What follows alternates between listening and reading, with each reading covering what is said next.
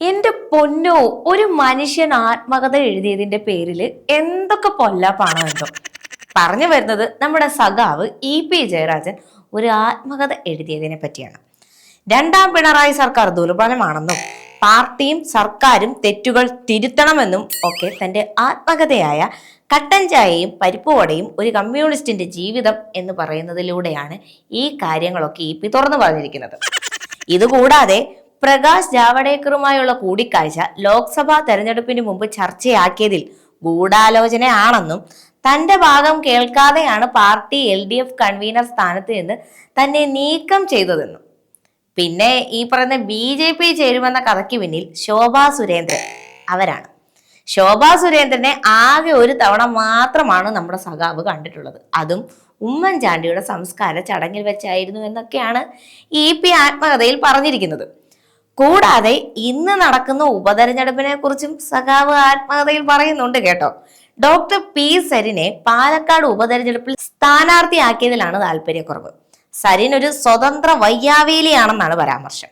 കൂടാതെ ചേലക്കരയിൽ അൻവറിന്റെ സ്ഥാനാർത്ഥിത്വം LDFനും ദോഷമുണ്ടാക്കുമെന്നും പറയുന്നുണ്ട്. എന്നാൽ ഈ പറയുന്നതൊന്നും തന്റെ ആത്മകഥയിൽ ഇല്ലെന്നാണ് സഖാവ് പറയുന്നത്. അതെങ്ങനെ ശരിയാകും?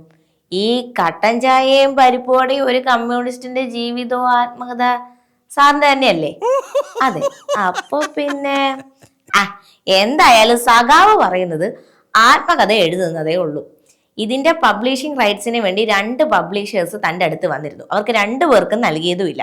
ഇപ്പോൾ പുറത്തു വന്നിരിക്കുന്ന ആത്മകഥയുടെ പേരും കവർ പേജ് ഉൾപ്പെടെ അദ്ദേഹത്തിന്റെ അറിവോടെ അല്ല എന്നുമാണ് അദ്ദേഹം പറയുന്നത്. ചോദിച്ചു വന്നതിലെ ഒരു പബ്ലിഷേഴ്സായ DC ബുക്സ് ആണ് കഴിഞ്ഞ ചൊവ്വാഴ്ച അവരുടെ സോഷ്യൽ മീഡിയ അക്കൗണ്ട് വഴി കവർ പേജ് റിലീസ് ചെയ്തത്. ബുധനാഴ്ച ബുക്ക് പബ്ലിഷ് ചെയ്യുമെന്ന് അവർ തന്നെ അറിയിച്ചിരുന്നു. എന്നാൽ ഇപ്പോ വിവാദമായതിനെ തുടർന്നാണോ എന്നറിയില്ല, ചില പ്രശ്നങ്ങൾ കാരണം പബ്ലിഷ് ചെയ്യുന്ന തീയതി നീട്ടിവെച്ചുവെന്നാണ് അറിയാൻ സാധിക്കുന്നത്. ഈ വിഷയത്തിൽ പ്രതികരിക്കാനില്ലെന്ന് DC books CEO Ravi DC.